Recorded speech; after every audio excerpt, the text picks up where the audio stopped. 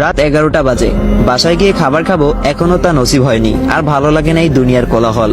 তার মধ্যে সৎমার পেঁচাল একদম সহ্য হয় না। দিনভর কাজ করে রোজগার করি, তাও উনার হয় না। আরো টাকা চাই উনার। মনে হয় আমি টাকার মেশিন। হেঁটে হেঁটে বাসায় যাচ্ছি, কোনো গাড়ি নাই যে গাড়ি করে বাসায় যাব। আর গাড়ি করে বাসায় গেলে মা দেখলেও শুরু করবে যে লাট সাহেব পায়ে চলাচল করে আসতে পারে না, তাই গাড়ি লাগে ওনার। ওহ, সারাদিন কাজ করে পা আর চলছে না। পায়ের গোড়ালিগুলো মনে হয় এখনই খুলে পড়ে যাবে।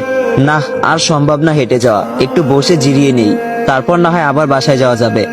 রাস্তার ধারে একটা জায়গায় বসে আছি, পাশে ধান ক্ষেত, তারপর পাশে আবার পুরো জঙ্গল। ভয়ও করছে, কিন্তু ভয় করলেও কিছু করার নেই, পাজে আর চলছে না। হঠাৎ মনে হলো পাশে কেউ একজন বসে আছে আমার পাশে। ফিরে দেখলাম না, কেউ নেই তো। হঠাৎ কাঁধে কারো মাথা রাখার উপস্থিতি টের পেলাম। এবার তো ঘাবড়ে গেলাম, কে কে, কিন্তু কাউকেই তো দেখছি না। না, এখানে আর থাকা যাবে না, তাড়াতাড়ি উঠে চলে যেতে হবে। কিন্তু কেউ একজন পিছন থেকে জড়িয়ে ধরেছে মনে হচ্ছে। এবার ভয় পেয়ে গেলাম। ভয়ের চোটে কপাল বেয়ে ঘাম পড়ছে, কিন্তু কাউকেই দেখতে পাচ্ছি না। প্লিজ কে, আপনি সামনে আসুন, আমার খুব ভয় করছে। অদৃশ্য থেকে একটা আওয়াজ আসলো, ভয় পাওয়ার কিছুই নেই, আমি তোমার কোনো ক্ষতি করব না। আর আমি তোমার সামনে আসলে তুমি সহ্য করতে পারবে না। আমার রূপ দেখলে তোমার চোখের জ্যোতি নষ্ট হয়ে যাবে। এবার ভয়ের মাত্রাটা যেন আরো বেড়ে গেল। কে আপনি? আর আপনি সামনে আসলে কেন সহ্য করতে পারবো না? অদৃশ্য থেকে আবার আওয়াজ আসলো, কারণ আমি পড়ি। পড়ি কথাটা শোনার পর তো মনে হয় এবার সত্যি আমার প্যান্ট নষ্ট হয়ে যাবে। চুপ করে আছি ভয়ে। অদৃশ্য থেকে আওয়াজ আসলো, এই কথা বলছো না কেন? কি বলবো বুঝতে পারছি না। কি বলবো আমি? অদৃশ্য থেকে আওয়াজ আসলো, চলো আমরা ওই দিকটাতে গিয়ে বসি, ঘাসের উপরে। ভয়ে ভয়ে বললাম আচ্ছা, কারণ কথা না শুনলে আমার ঘাড় মটকাবে। আমি বললাম আচ্ছা, কোথায় আপনি? আমি এসে বসেছি তো ঘাসে। পাশে থেকে আওয়াজ আসলো, এই তো আমি পাশে। আমি বললাম আচ্ছা, একটা কথা বলি। পাশে থেকে আওয়াজ আসলো, হ্যাঁ বলো।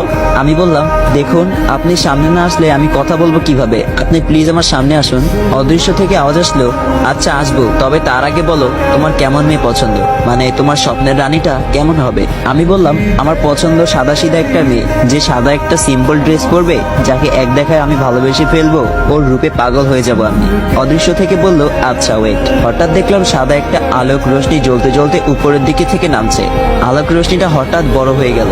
আলোক রোশনিটা বড় হওয়ার পর এত আলোকিত হয়ে গেল যে জায়গাটা আমি চোখে কিছুই দেখতে পাচ্ছি না। হঠাৎ সবকিছু আবার আগের ন্যায় ক্লিয়ার হয়ে গেল, সব স্বাভাবিক হয়ে গেল। পাশে ফিরতে দেখলাম সাদা ড্রেস পরা একটা মেয়ে আমার পাশে বসে আছে।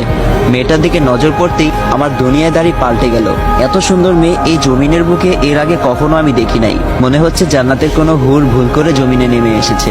আমি হাঁ করে ওর দিকে তাকিয়ে আছি। এই কি দেখো? আমার লজ্জা করে তো, এমন করে তাকিও না। মেয়েটার কথায় আমার ধ্যান আসলো, কিন্তু আমার সবকিছু যেন উলটপালট হয়ে গেল। মাথায় কিছুই কাজ করছে না। আমি বললাম আপনার নাম কি? আপনার বাসা কোথায়? আপনি কি করেন? আপনার বাসায় কে কে আছে? এক গাদা প্রশ্ন ছুড়ে মারলাম। মেয়েটা বলল এই স্টপ স্টপ, আস্তে আস্তে, একটা একটা করে জিজ্ঞেস করো, না হয় একসাথে এতগুলোর উত্তর আমি কিভাবে দিব?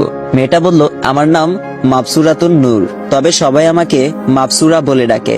আর আমার বাসা হচ্ছে পরিপালকে। আর আমার বাসায় আমার বাবা আর মা আছে। আমি বললাম আপনি পরি হলে জমিনে কি করছেন? এখন আর তেমন ভয় করছে না। মেয়েটা বলল আমি জমিনে আমার অর্ধাঙ্গিনী খুঁজতে এসেছি, কারণ আমার ছোটকাল থেকে একটাই ইচ্ছে, আমি মানুষকে বিয়ে করব আর আমার বাবার সিংহাসনের অধিকার বানাবো। আমি মানে বুঝলাম না। মেয়েটা বলল মানে আমার বাবা পরিপালকের রাজা। আমার বাবা চায় আমার বাবার পরে আমার বাবার সিংহাসনের উত্তরাধিকারী আমাকে বানাবে, কিন্তু পরিপালকের কিছু অসৎ পরি এটা চায় না। তারা চায় উত্তরাধিকার কোনো পুরুষকে দেওয়া হোক, কেননা আমার বাবার কোনো ছেলে সন্তান নাই, তাই তারা বুদ্ধি করে উত্তরাধিকারী হাতিয়ে নিতে চায়। আমি বললাম ও। মাবসুরা বলল আজকে আমার সময় হয়ে এসেছে, আমি উঠি, কালকে আবার কথা হবে। এত সময় ধরে বেশ ভালোই লাগছিল মেয়েটার সাথে কথা বলতে। যেই না বললো মেয়েটা চলে যাবে, তখন মনটাও খারাপ হয়ে গেল। আচ্ছা, এরপর কি আমাদের আর কখনো কথা হবে? মাবসুরা বলল